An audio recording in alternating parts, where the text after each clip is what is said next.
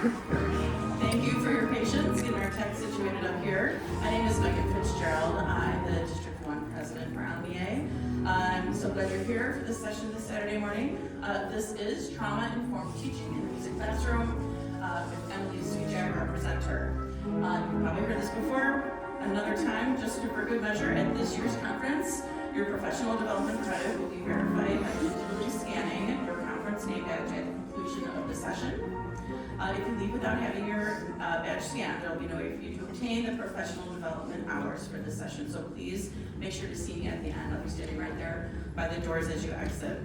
And at the end of this IMEC experience, which is coming to a close here in the next few hours, there's no need to check out.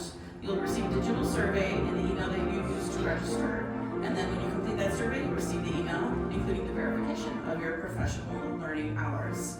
And now please welcome Ms. Emily Zwijack.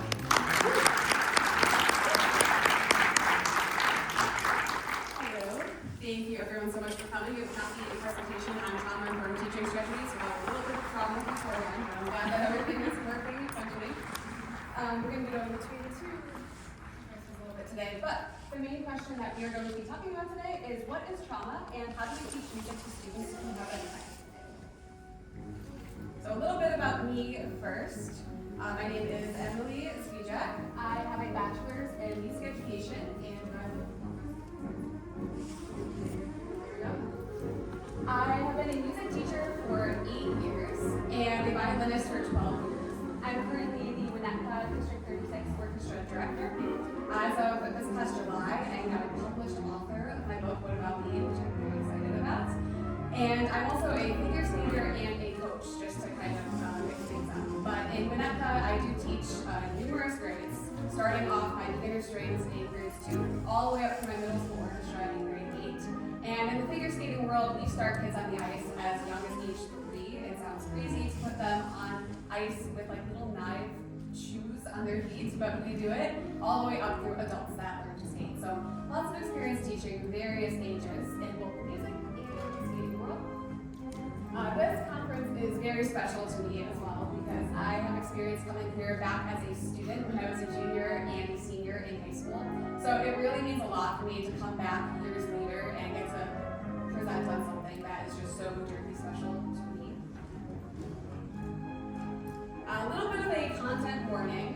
This presentation is going to include discussions of trauma, abuse, and related sensitive topics. So some content might be emotionally challenging or triggering. Please take care of your well-being. If you feel the need to have to step out and take a moment to yourself, you are more than welcome to do so. Also take pictures. I might be able to memorize like a 45-minute violin solo, but I'm the worst at memories, and that may be you as well. So if there's any slides that like really capture your attention, feel free to just whip out your phone and take a picture of the slide. So, getting into why trauma-informed teaching.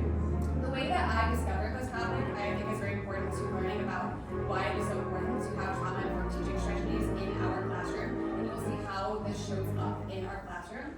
Trauma has surrounded my teaching from very early experiences when I first began teaching up until now, ranging in severity and magnitude in various learning environments.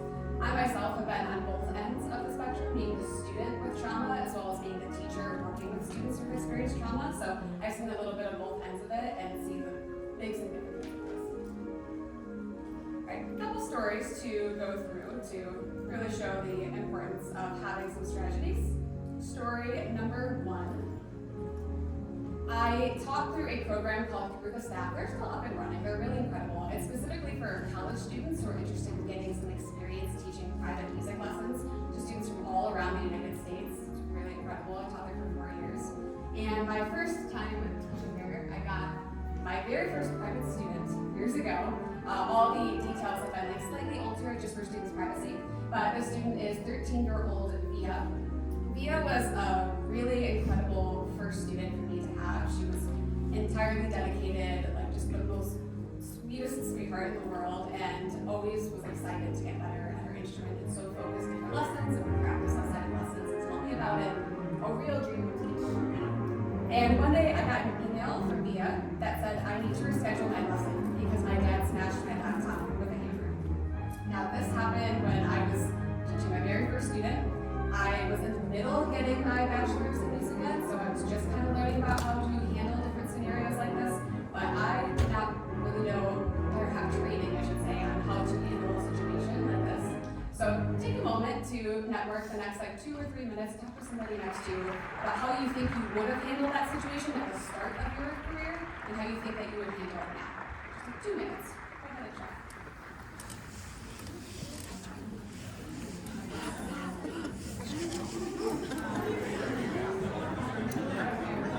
I feel like at the start of my career, because I'm old, kids didn't have laptops, so that would not have happened. But I'm in the spirit of it. If that happened now, it would probably depend on the context, because I feel like, okay, so we had Zoom school, right? The other day, someone emailed me and said, especially laptop and computer, so I can't get into Zoom. I would definitely check in with the student. So sorry to hear, not only get more details, but I would probably refer to a social worker. You know what I mean? They're so good to have in their pocket, in a school. To be able to hey, can you check in and make sure he's okay? And I would also when I saw the student again, I think I would just be on the side or but you just want to make sure everything's okay at home and kind of leave it up to them if they want to share any more about it with me. I'm not gonna pressure the student to tell me personal information, but definitely ask the social worker. I might even tell the student it depends on the situation, but there's other good times when I ask the student maybe it might be nice to have someone about this who has more experience or more strategies, that I might help you if you need help with that. That's always kind of crazy in those situations. I can certainly Does anyone feel interested in sharing something that they came up with? Any volunteers before I go on? We're going to talk about it in a little more detail. But the purpose of sharing this story is just recognizing that trauma can be both visible and invisible. And this was a case where I definitely did not expect this happening. It was completely invisible. So some questions that first I imagined myself in Via's shoes because I felt very connected to her as a student. And I questioned how I missed that this was going on. There were no signs prior to receiving this email. Then I started to wonder if I missed this or if it was something that she did not want me to know. I started wondering what can I do to learn more about my students before something like this might happen and take you by surprise. And then the biggest question of all, how do I shape these lessons going forward? Now that I know more about her home life, and now that she knows that I know that this might have been something that she was embarrassed about or potentially wanted to regret. Story number 2. I taught an 8-year-old violin class of beginners. And during these classes, one of my students, who was 8-year-old Allie, was very vocal with me and opened up about her family life and how excited she was to start strings because her mom really enjoyed strings. Throughout the classes, she briefly mentioned that she lived with her grandpa. I didn't know exact reasons why or what her living situation was like. I had just heard of this, and she kept talking about how excited she was for our very first concert because she really wanted her mom to come and to see her play. And this was conversations that would take place every single week that I saw her in this group class. And unfortunately, at the concert, I did witness her reaction that her mom did not show. I don't have any other information as to why she was not living with her mom or what her mom's situation was. I just saw the reaction of Allie before her excitement in strings and then after the concert when her excitement for strings really, really declined. Story number 3 is about a private violin student, 11-year-old Hannah. The mom had pulled me aside privately and let me know that she was currently going through a process within the court for grooming and sexual abuse for her daughter. And so Hannah was very, very sensitive to just the language that I would use in lessons. So if I was talking about squeezing with the left hand on violin, I'd be very careful the way that I talked about that because even little words talking about the body were really sensitive to her at the time. And mother had warned me, so I had to kind of shape the way that I would explain things in lessons and just be super, super careful of every little bit of terminology that I would use. Story number 4 is about a private cello student, 21-year-old Landon. Landon had confided in me that he had been sexually assaulted. He knew at this point that I had been pretty vocal for people that are victims of sexual abuse and that I had shared my own story. So he told me this, asking how do I deal with the aftermath and panic attacks, and that he was really struggling, but music was also a very safe place for him. So this also made me kind of change things as a private teacher, and I have my 24-hour cancellation policy, but Landon had been really experiencing panic attacks, so that was something that I altered for him, is being a little bit more lenient with that policy, and that's something that really helped him in his music lessons. So the timeline. The purpose of sharing all of these stories is not just showing that these scenarios will show up in the music classroom, but is when these scenarios showed up. These stories all happened to me as a teacher before I even graduated with my bachelor's in music education. And even after the fact, I had never really learned any specific trauma-informed teaching strategies. I learned about classroom management, I learned about repertoire selection, but I was never taught how to handle any of these scenarios. I thought, oh my gosh, I'm so young early on, I don't have my degree yet, but eventually I'll know. And it was something that we really never learned. So I'm curious for people in this classroom right now, who teaches band? People about orchestra? Okay, choir? Nice. And who's a college student? Awesome. Amazing. Okay.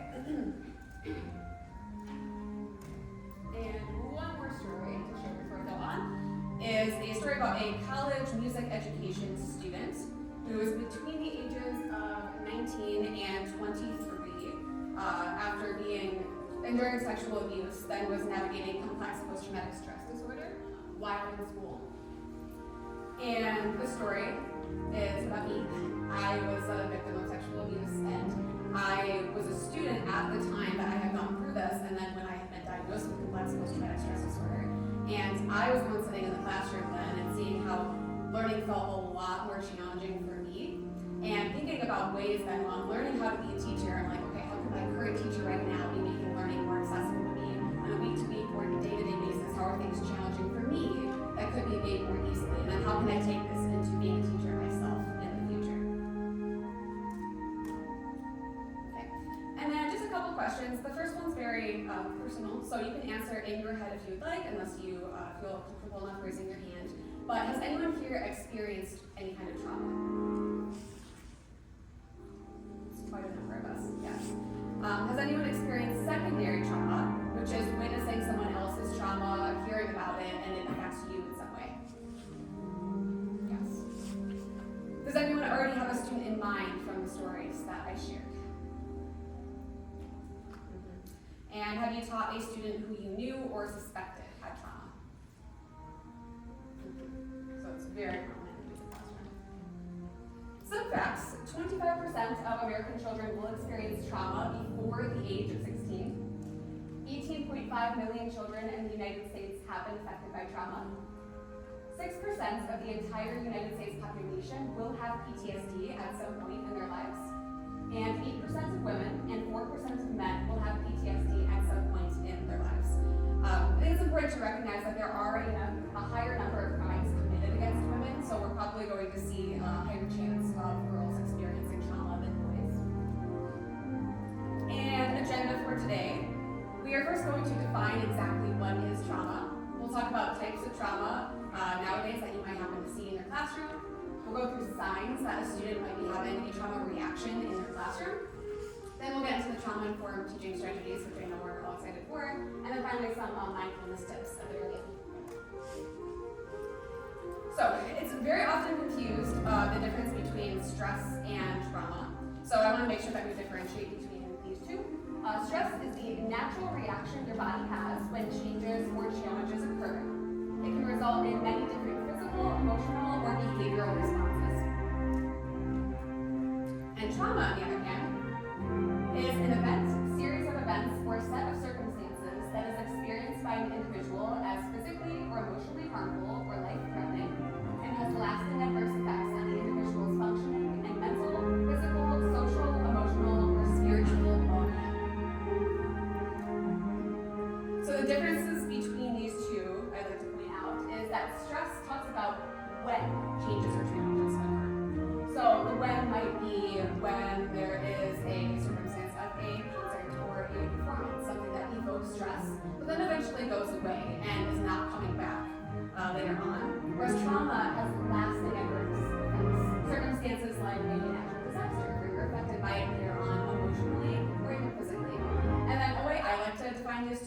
like simpler terms, is thinking about ways of like your physical health.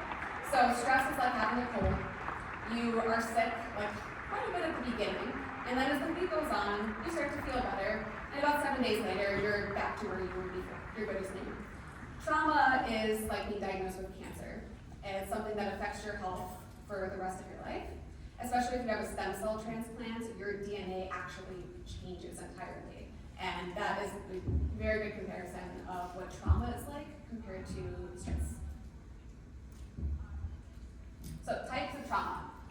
There are a lot of different examples in this very tiny research thing here, but you can see lifetime traumatization and then the likelihood that these are to happen to boys and girls in percentages, as well as the total. And we'll talk about the X squared statistic in a second. But examples of traumatization would be natural disaster, serious accident or injury, robbery, physical abuse in the family or the community, witnessing physical abuse in the family or community, sexual abuse, sexual assault, sudden or violent death of a close person, a physical attack or witnessing a physical attack, any kind of scary medical procedure, an experience of war. And if you look a little bit closer to the percentages, they kind of vary. And then closely, girls tend to have a higher percentage than boys in majority of these, and especially sexual abuse and sexual assault, which we'll get into. Complex post-traumatic stress disorder symptomology. These are symptoms that boys and girls are most likely to show. These percentages are significantly higher in girls. Re-experiencing, so nightmares and flashbacks. Avoidance, so avoiding certain things that might remind the person of the trauma. Constant sense of a current threat, like something's going to happen. Affective dysregulation, negative self-concept, and disturbances in relationships. And then psychopathology, afterwards having depression, anxiety, or dissociation. Oh, and I wanted to include these over here. It was not in the initial research that I pulled here, but I think nowadays more than ever, we're starting to really recognize the effects of gun violence, how that's affecting everybody, not just our students. Students that might be in the foster care system, it can be very traumatic going around from home to home, especially if you don't have a foster home that feels very safe. And also emotional abuse. This can be bullying from another child, or even unfair treatment from a parent or another teacher. And then the X squared statistic that's at the side over here is really, really interesting. It determines whether data is significantly different than what was expected. And so you can see like these little asterisks over here that are huge. The number of differences between like the 1, the 3, the 0. We get 6, 9, and 8. And that is all three for sexual abuse, sexual assault, and sudden or violent death of a close person. So what that means is that in this research that we did not expect, the researchers did not expect that these rates would be so much higher experienced by boys and girls than what was actually found. And different types of trauma. We can look at types of trauma in many, many ways. Like the ways that I listed, or even just these categories. There's human-caused trauma, which can be accidental or purposeful actions. So car accidents, sports injuries, or physical abuse. If it's a purposeful action, a lot of times you'll see that the child is struggling with the concept of why would this person do this to me, or why do they do these actions. There's indirect and secondhand trauma, which we talked about a little bit earlier. So witnessing an event or being exposed to the aftermath of an event. And that could be death of somebody close or gun violence. There's repeat trauma, so multiple traumatic events in a row. That can also be defined as chronic trauma, which is like ongoing abuse or surviving like chronic poverty. And then complex trauma, so that's intense or chronic trauma that results in a long-term post-traumatic stress disorder, like abuse or maltreatment. So, going over the results, again, of the research that we saw, is that girls reported significantly higher rates of sexual abuse, sexual assault, and sudden or violent death of a close person, all complex post-traumatic stress disorder symptoms, depression, and dissociation than boys. That's what the research shows, but I think it's very important to also note our traditional masculinity ideology, which is how we think men should act, that man up, don't cry thing.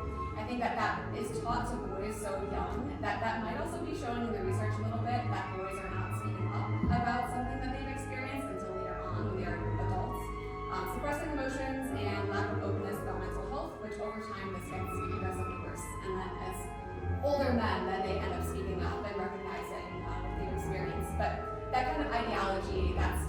young boys can lead to anxiety and handling things in a not so healthy way, like turning to alcohol or drugs to try to block out feelings. So I think that there might be more than we're aware of for the boys side of things, but also even for girls.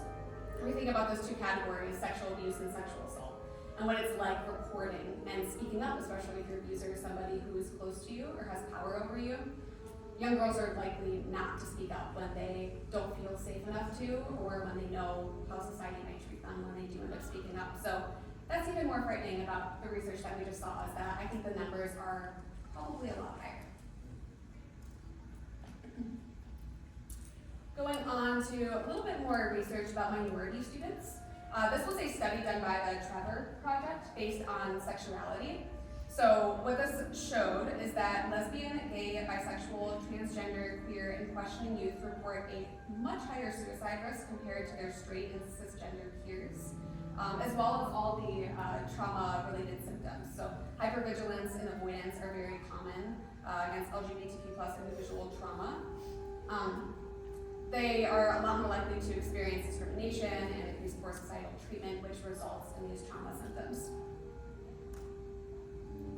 And I thought this one was really interesting as well. So it's percentage of LGBTQ+ youth who reported high levels of trauma symptoms, but by race and ethnicity. So you can see that it's even a higher percentage.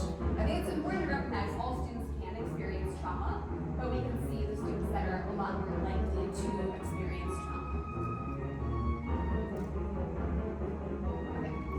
So why is this relevant to us? Just think about what brought you to music. A lot of the times we talk about how it gave us a really good feeling, it was a safe space for us, and why kids tend to enjoy music is that these students that have endured trauma and that are vulnerable are much more likely to be in our classrooms because they feel safe experiencing themselves through music and feel safe in that kind of environment. Also, little important note for us teachers as we are learning these trauma-informed teaching strategies, when we're recognizing these facts, is that we are likely to also experience compassion fatigue, knowing these facts about our students and about the world, secondary trauma that does take a toll on us, and then can lead just straight to burnout. So having like our own repertoire of trauma-informed teaching strategies can make it a lot easier to navigate these situations and take a little bit less of a toll on us. So what does it mean to be trauma-informed? Trauma-informed approaches are realizing that trauma is going to affect all students in some way, just like secondary trauma can affect multiple of our students in our classrooms. Understanding the significance that trauma can have on students' daily lives, so there can be scenarios that are affecting our students on a daily basis, not just a one-time traumatization. And then adapting your personal beliefs, behaviors, policies, and teaching strategies to be trauma-informed takes a bit of work. All right, getting into signs of a trauma reaction that you might see in your students are just very simple things that you have to really look for is being overly careful, thinking that they are a bad person even at such a young age, being in a persistent state of fear and readiness, like something's going to happen, difficulty regulating themselves, so getting enough sleep, showing energy in class, having a dissociative freeze and surrender response when they're anxious, not wanting to do a certain task, hyperarousal, the fight or flight response, hyperactivity and anxiety, impulsivity, and also what we might see as like oversensitivity to something that we might not react a certain way to that we're seeing our students react. Now, specifically signs of a trauma reaction in the classroom. So there's a lot of different things to take away here. A lot of things that you're going to see before I go listing them off might appear as like ignoring or defying directions, but can actually be a sign of a trauma reaction. It's something that we really have to look for. Bad dreams of what happened could look like sleeping in class. Pictures in their head of what happened could look like just straight zoning out. Trying not to think or have feelings about it, so not opening up, being more antisocial with other students in class or even opening to you. Staying away from reminders, might be refusing to do an activity that reminds them of the traumatic event. Acting out behavior or just straight out defiance. Being easily jumpy. I think we don't always look into that very often, but that's one that we can definitely see is like worried something's gonna happen and jolting to the side. Having trouble calming down when upset.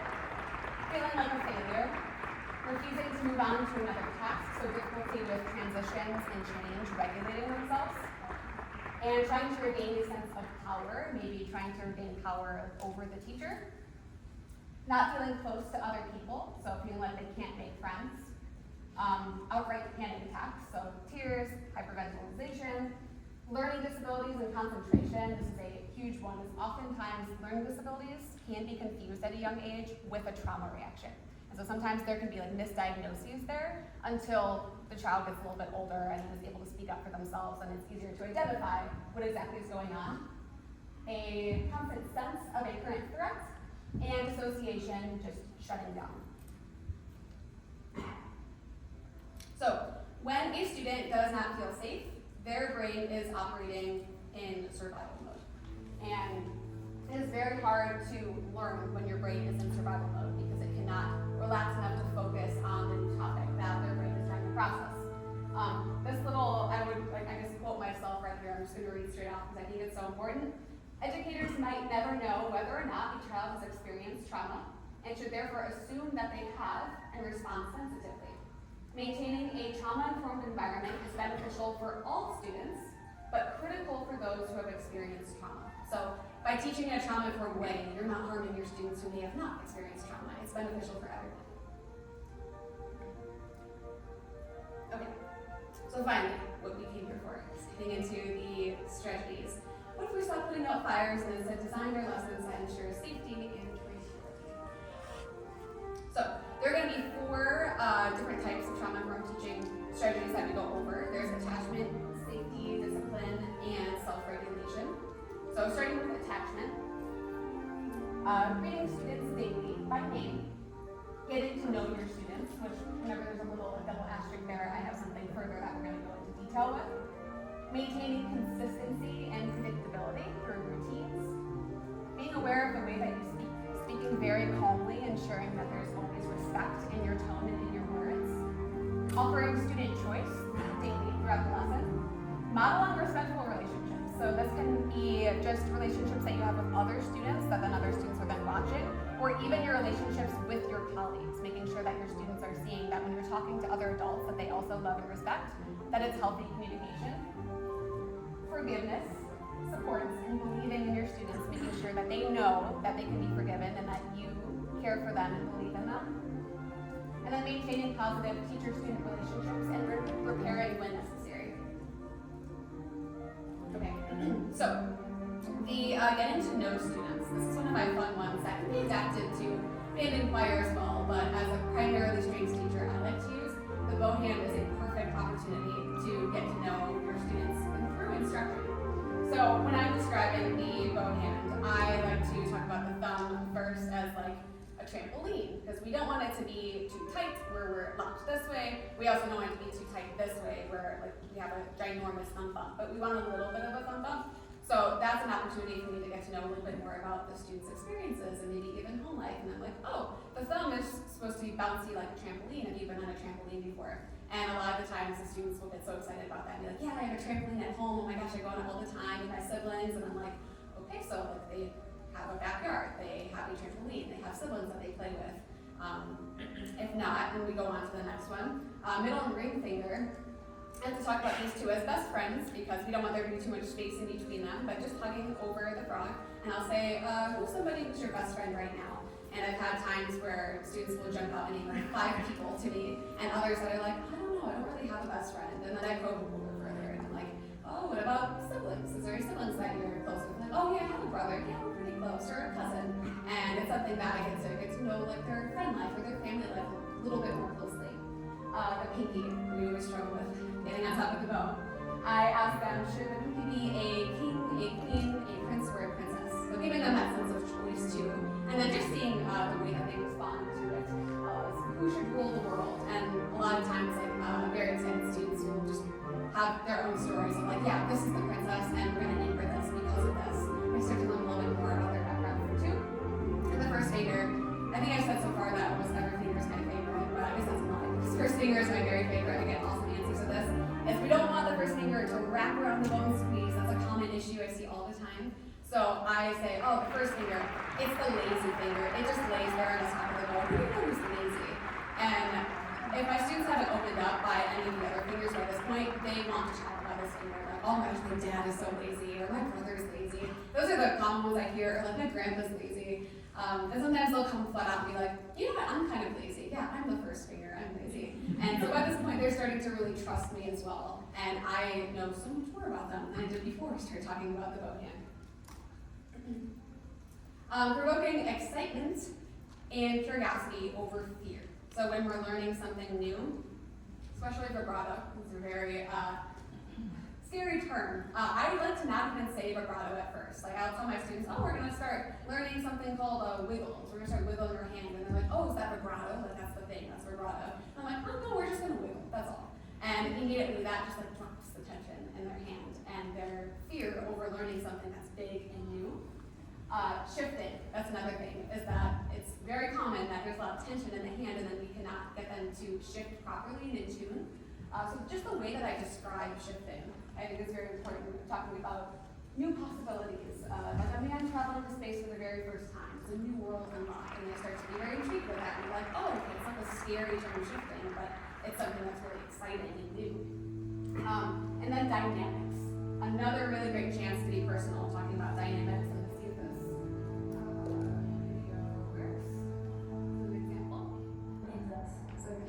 Citas is a super secret training. We replace him, her, he. Yeah, okay, him, right on the strings over here. And so you want to be super gentle on your head down. Good,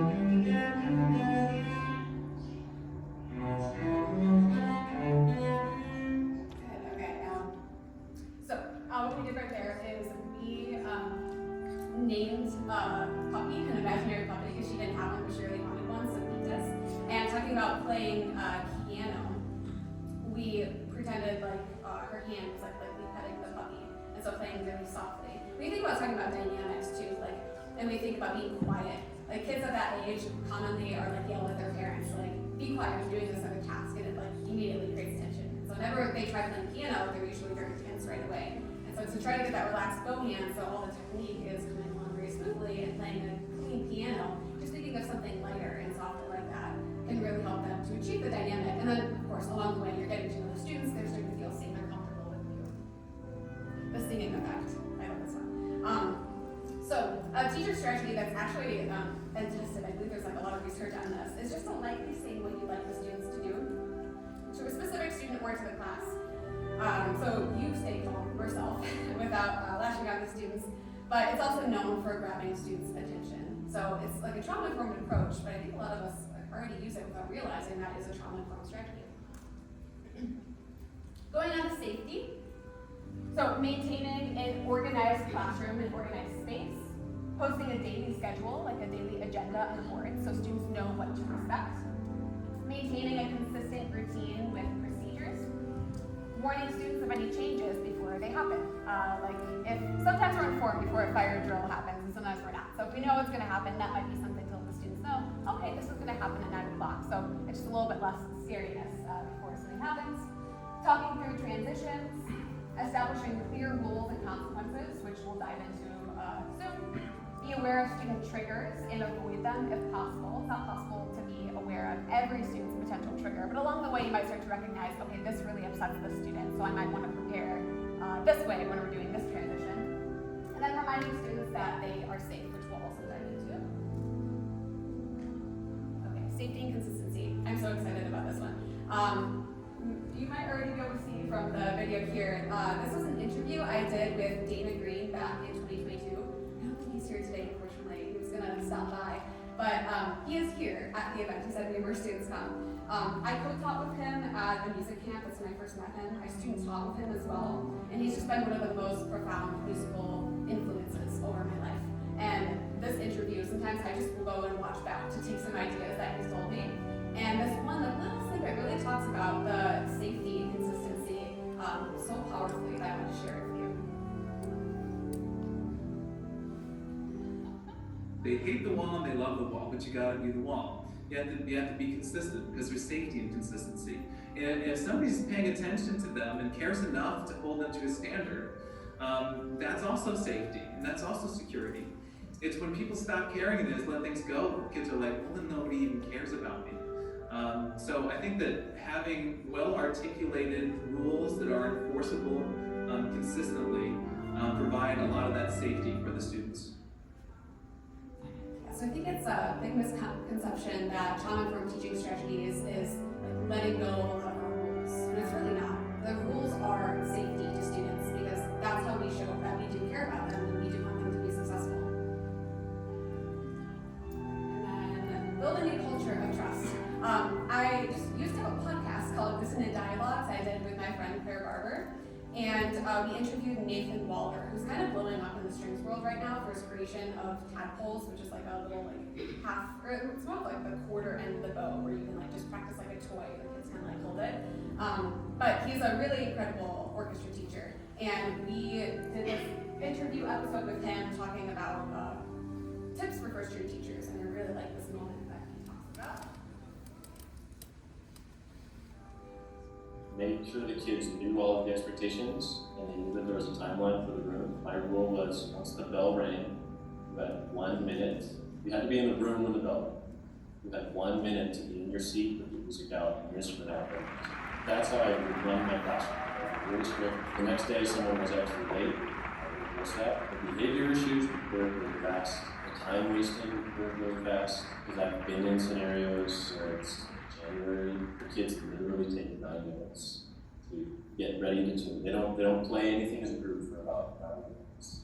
And that is such a waste of time. I start the year really strict. They think I might be kind of mean. I start introducing a little bit of my drier humor, not wearing a tie some days, and then by the end of the year, dressed casually, kids have a lot more leeway because I trust them and they trust me with all the rules. Doing a lot of spontaneous activities in class, laughing, and it's about building culture. Building culture.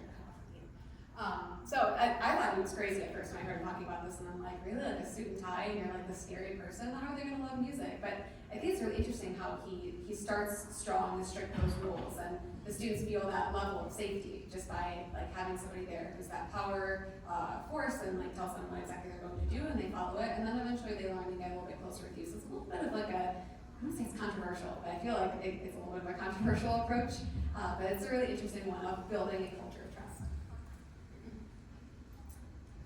Okay, so think about where or when does tension occur? When playing an instrument or even singing? Any volunteers of where we see it occur? So in a specific approach or somewhere in the body, where do you usually see that?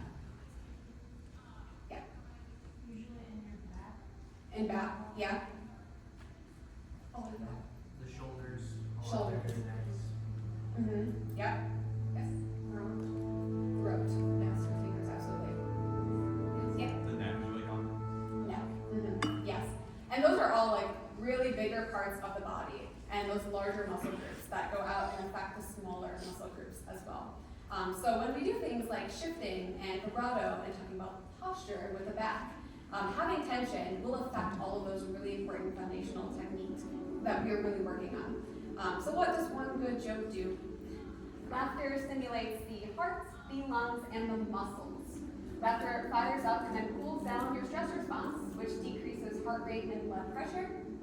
Laughter increases the number of endorphins that are released by the brain.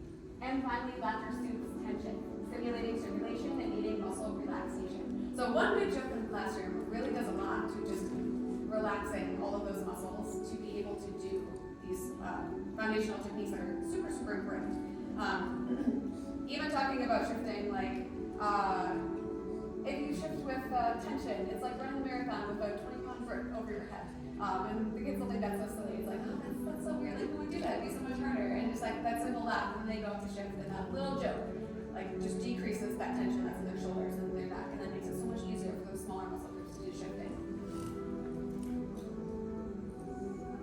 Okay, a couple video examples.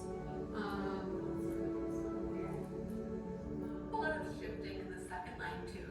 So you should squeeze really tight, right?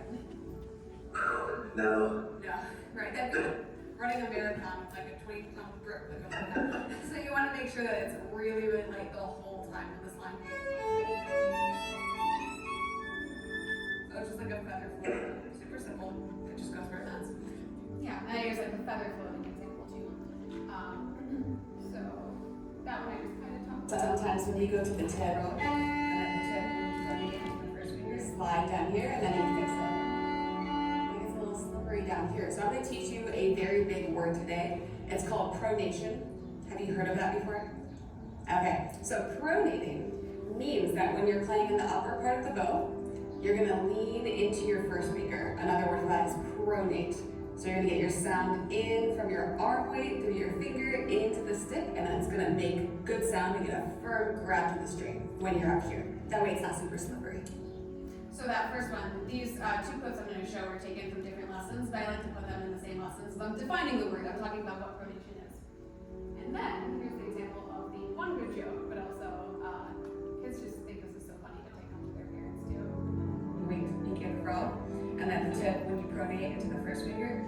And when you're first learning how to pronate at the tip, it's kind of tricky. You know, that's where sometimes we bring our shoulder tension and elbow into it, and it's really, really tight. So I like to do just some exercises like pushing your first finger. I'll do it up here so you can kind of see doing this.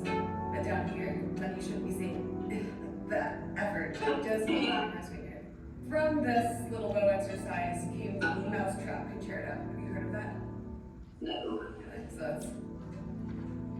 Does that make sense? So you just slap the fingerboard and then... They'll always want to try that too. And then they like to show their parents, and the parents are like, what are you learning in the orchestra? And then lastly, just continuing some curiosity of learning, teaching the bow arm to my students. The world's gonna explode. Back in the old days when dinosaurs and roamed the earth and there was no electricity, everything was completely different. All these presidents were working together to control the world. They were spreading all this into the world. They were working together. But then, an evil force began to spread. All different parts of you. You guys are also going to completely different continents somewhere else. So like, shoulder went to Asia and elbow went somewhere else, and they were not allowed to work together. They all have to go do their own separate things. If they start to work together and do the same things instead of doing different jobs, the whole world can explode. Right? That's what the evil force said. Okay, so that the shoulder, what does the shoulder do? Does it go up? Is it tight like this? Or is it relaxed? It's relaxed. So the shoulder's job is to stay relaxed. Upper arm, this one's job is to stay heavy. Okay, so this one just stays heavy and down. Elbow, this one acts as the hinge. Right? Because we're moving our arm up and down, so it's a hinge, like a door hinge or a door space. So that we don't want any of them to work together, right? Because this is heavy, we don't want the wrist to be heavy, so we're going to do this. And then while the shoulder start doing a job where it's coming up here, it's going to want the shoulder to come up. Okay, otherwise the whole world can explode, so it's up to you as teenagers scale it down. Have a wonderful bow arm doing all their different jobs. The whole world can explode. Yeah.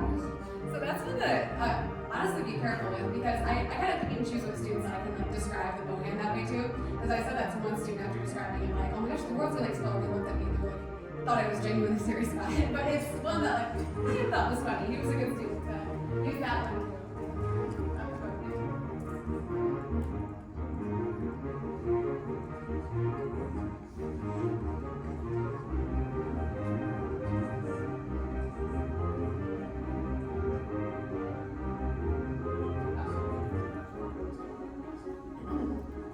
Okay, so last two categories is discipline, explain and discuss expectations and consequences. Nathan Walner talked about that one quite a bit at the very beginning. It's kind of day-to-day.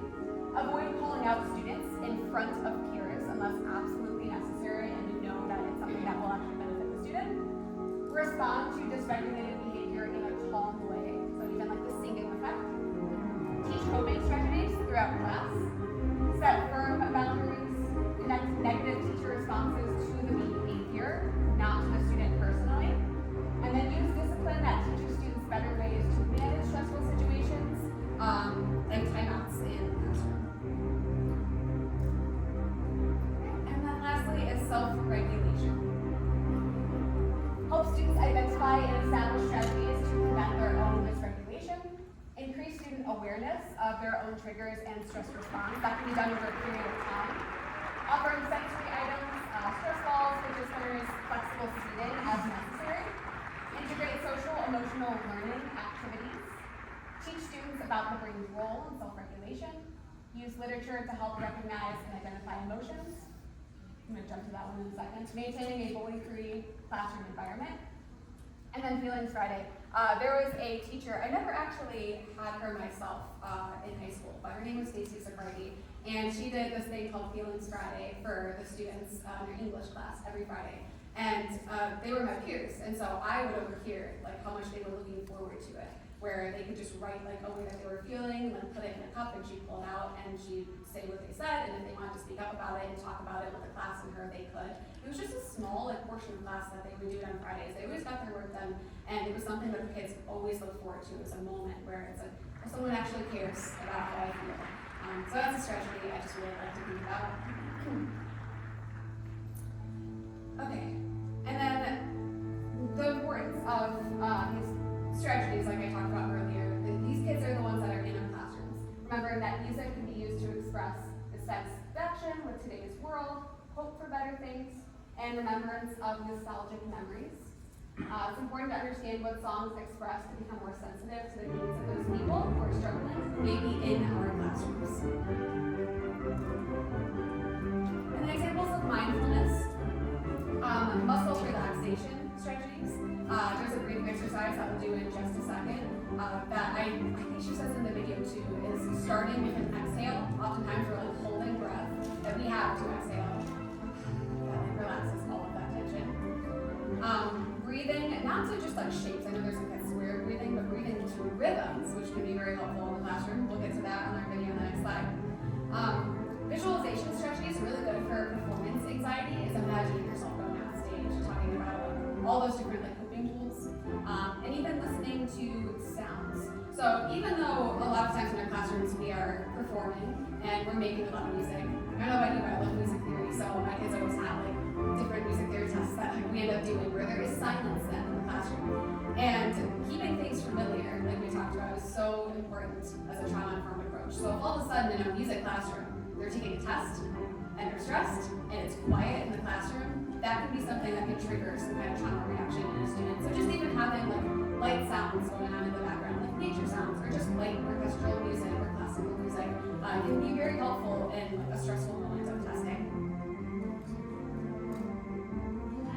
This video is really incredible. I do have it linked in my sources at the end if you'd like to steal it or you can just take a picture of it. But this is a 3-minute video. I like to just do it together. Picking exercises. I say specifically for strings because I don't see exercises for strings for breathing very often, but it works for really any type of music content.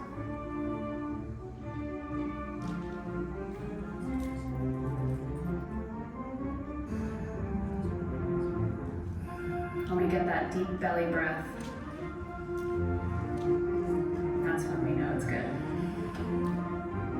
I'll invite you first to start with your breath exhale. So wherever you're at right now, let's exhale our breath together. And then we're going to inhale. And hold. 2, 3, exhale. Hold. Inhale.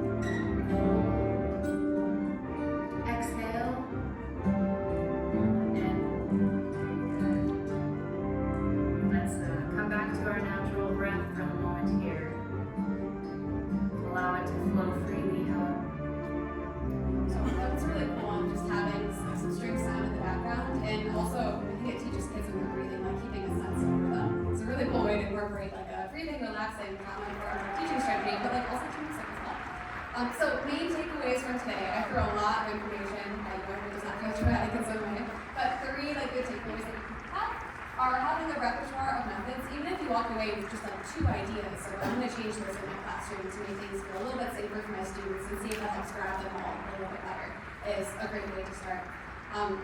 Knowing that learning disability diagnoses are commonly mistaken for a student that's experienced trauma and vice versa.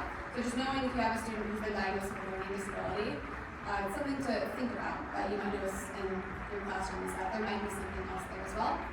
And then modifications and accommodations, remembering that the goal is that the student learns something. One of my favorite, I call it a quote, that one of my friends had told me is also music, is that the system is constructed, it can be deconstructed. And therefore I've taken that to the music classroom. The learning system is constructed, it can be deconstructed to reach that goal of making sure that students are learning.